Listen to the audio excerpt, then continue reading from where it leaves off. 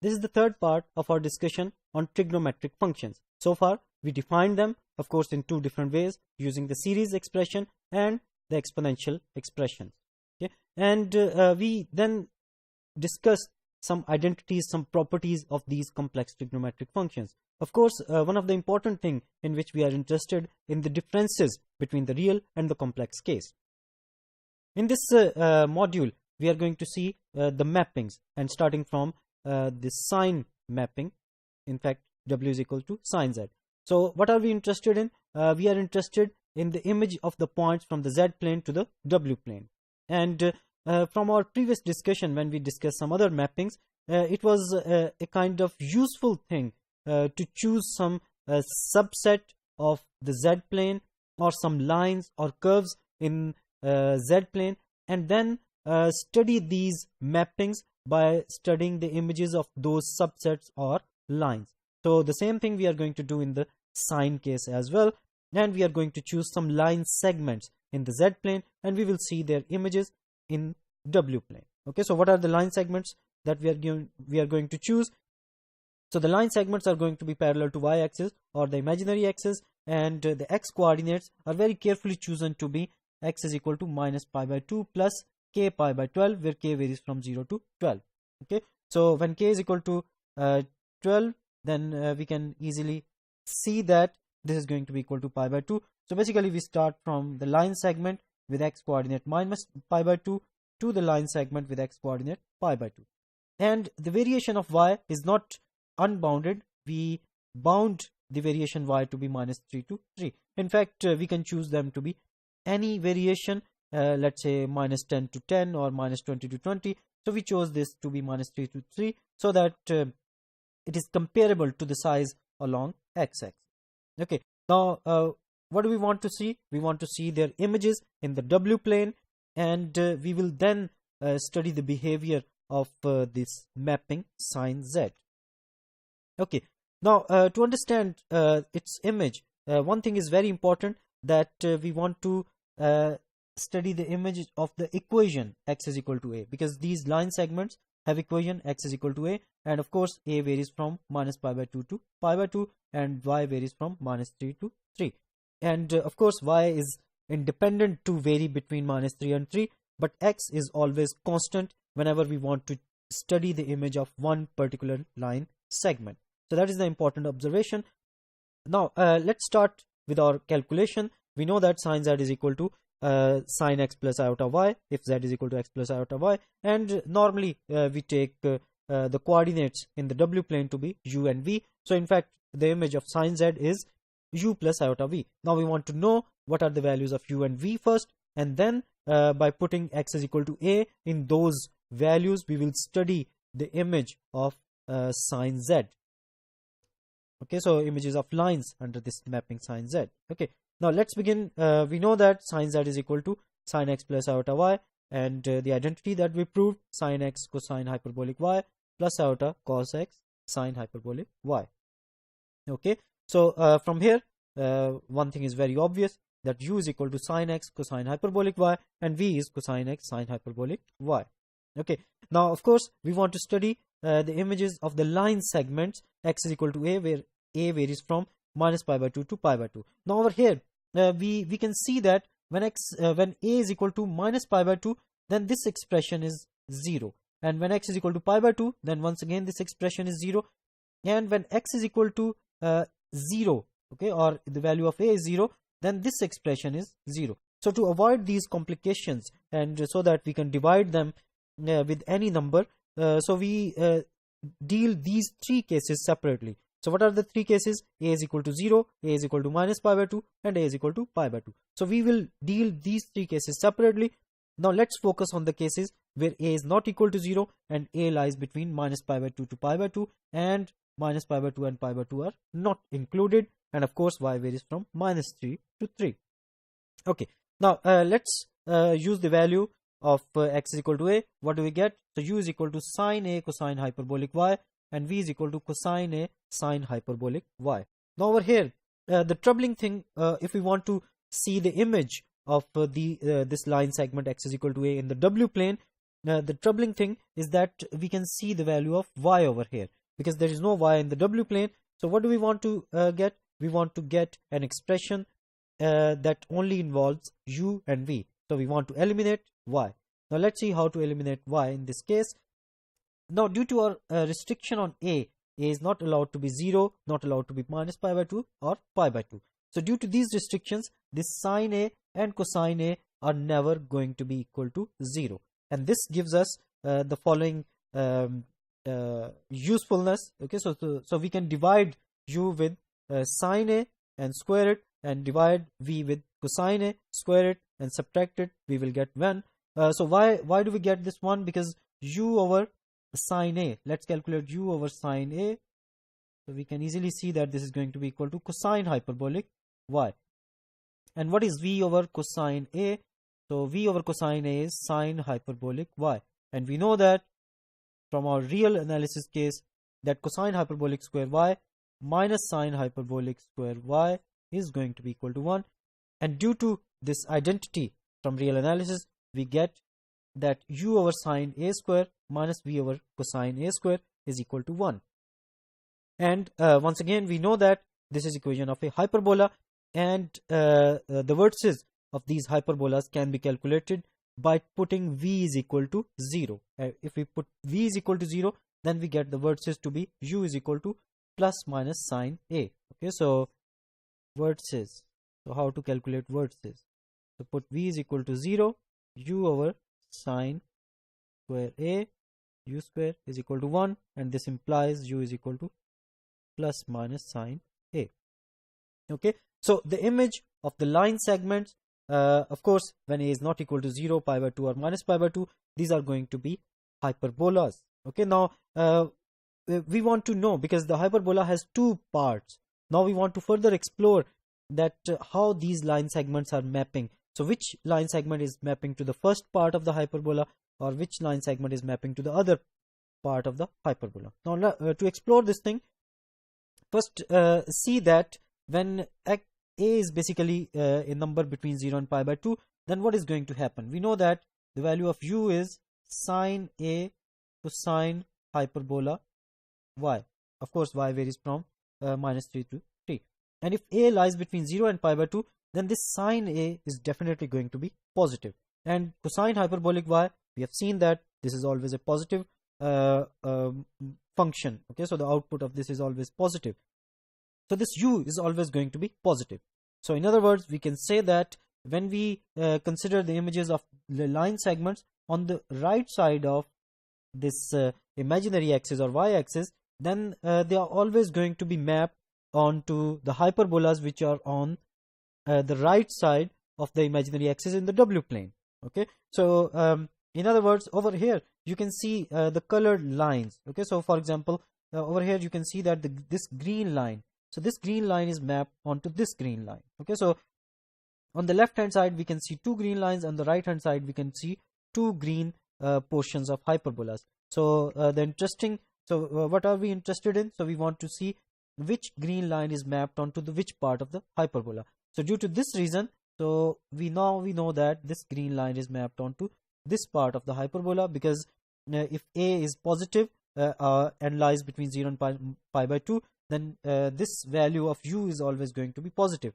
So this line segment must map onto this right side of the hyperbola. Similarly, this blue line will be mapped to this portion of the hyperbola, and similarly we can compare the other lines. So all of these line segments are mapped onto the line segments the hyperbolas on the right side of the imaginary axis. Okay, moving on, using the same argument, when x is equal to minus a and a lies between 0 and pi by 2. So in other words, we are talking about these line segments now. So in this case, using exactly the same argument, u is equal to sine a cosine hyperbola y. So since a is negative, so this sine a is going to be negative, and once again cosine hyperbola y is positive. So that's why all of these line segments are going to be mapped onto the left side of imaginary axis. So this green line will be mapped onto this portion of the hyperbola. So this purple line will be mapped onto this portion of the hyperbola. So in other words, we can say that two lines x is equal to plus minus a, two different line segments they will map onto one complete hyperbola. Okay, so the hyperbola with the equation u over sine a square minus v over sine cosine a square is equal to 1. So that's how one complete hyperbola is constructed. Now, as you remember that we ignored three cases when a is equal to 0, a is equal to pi by 2, and a is equal to minus pi by 2. Now let's discuss them one by one. When a is equal to 0, what is going to happen? So of course sine x is going to be 0, and what do we get? U is equal to 0. So whatever the image is, it is contained in the imaginary axis in the w plane, because u is 0. And we know that if a is 0, then cosine a is going to be equal to 1, and v is basically sine hyperbola y. Once again, let me sketch a very tiny graph of sine hyperbola y. We studied them in the real analysis case, and this is exactly this graph. And from here we can see that when y is negative, sine hyperbola y is negative. When y is positive, sine hyperbola y is positive. So from here we can say that this line a is equal to 0. Okay, so this line a is equal to 0 is mapped onto this line segment. Okay, so the line segment which is exactly on the imaginary axis. Now moving on to the next case. Okay, so this is the graph of sine hyperbola x. So that's why we get the image of this line segment to be contained in the imaginary axis in the w plane. Okay, so moving on to the next case, when a is equal to plus minus pi by 2. Now in this case, what's going to happen? So this v is going to be 0, because cosine pi by 2 and cosine minus pi by 2 is 0. And so whatever the image we are going to get in this case, it is going to be contained in the real axis in the w plane. Okay, because v is 0, and u varies from plus minus cosine hyperbola y. Now in order to understand the image, we need to understand what is cosine hyperbola y and what is the behavior of this real valued function cosine hyperbola y. So the graph of cosine hyperbola y, or x, if x is the variable, can be seen on the screen, and it is always positive, and it starts, the minimum value of this function is 1. Okay, so kind of it starts from 1 and moves on to the positive infinity. Okay, so using this fact, we can say that the image of this line, this brown line, okay, so the one that I've highlighted, is going to be this portion, and of course the starting point is going to be minus 1. Okay, so in this case u is going to be equal to less than or equal to minus 1, and of course it will move on into this direction. And since there is a restriction on the value of y as well, so there will be some ending point of this line segment as well.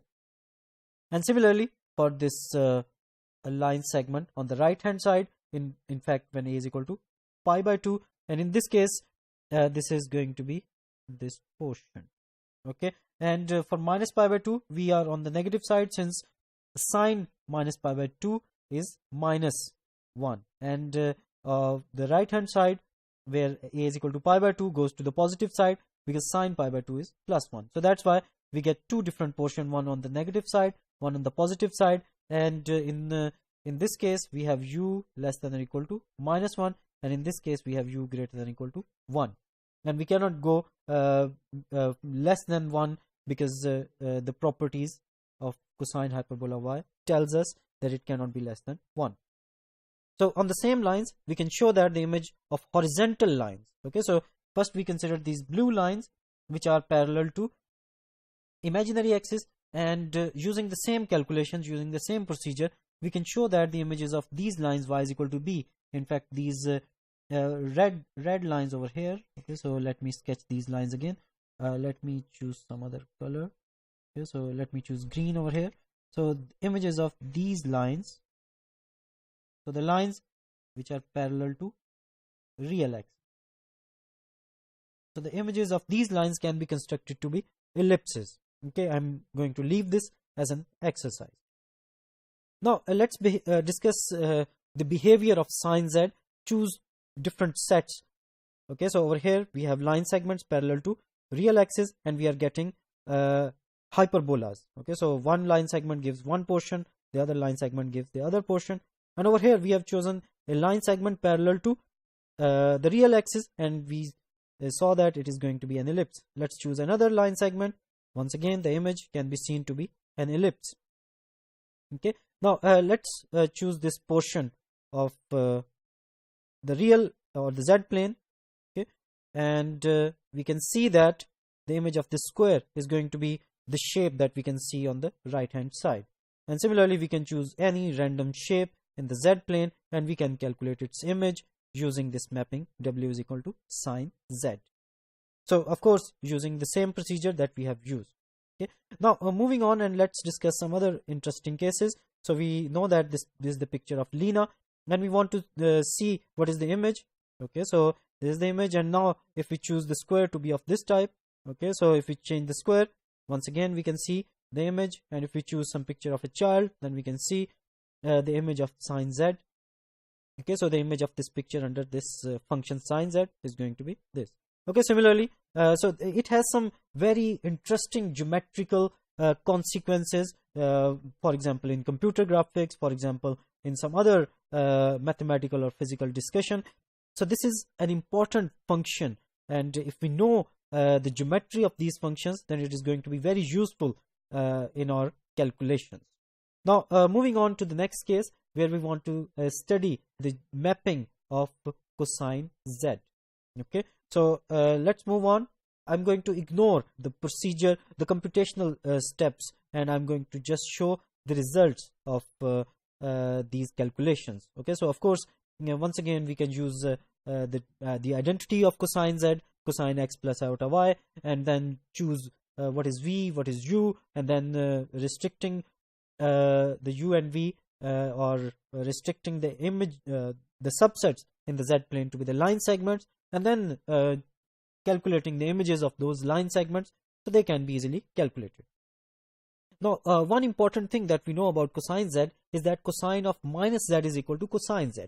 So that is going to affect the geometrical consequences of this mapping. Okay, now let's begin. What are going to be the images of some subsets in the z plane into the w plane? On the left side you can see a z plane, on the right side you can see a w plane. Okay, so this is the z plane, let me write it over here, and this is w plane. Let's choose some subsets in the z plane and discuss their images in the w plane. So the first set is going to be line segment parallel to imaginary axis. It is going to be once again hyperbola, but then once again, due to the property that cosine of minus z is equal to cosine z, so it is always going to be mapped onto the one side of this thing. And once again you can see that this square is mapped only onto the one side, onto the right side of imaginary axis. Let's choose this circle, and its image can be calculated. Okay, now let's choose some other random shape, and its image can also be calculated. Okay, similarly we can choose other shapes in the z plane and calculate their images in the w plane. Now once again in this case, let's see what is going to be the image of Lena under this mapping cosine z, and of course we will see the images of some other squares with some different shades.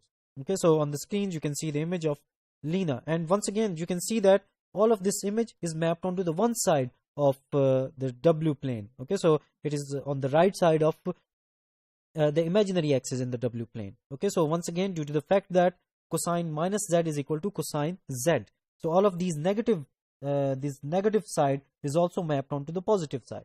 So that's one difference between cosine z and sine z. Let's discuss some other shapes. Okay, so let's discuss this square.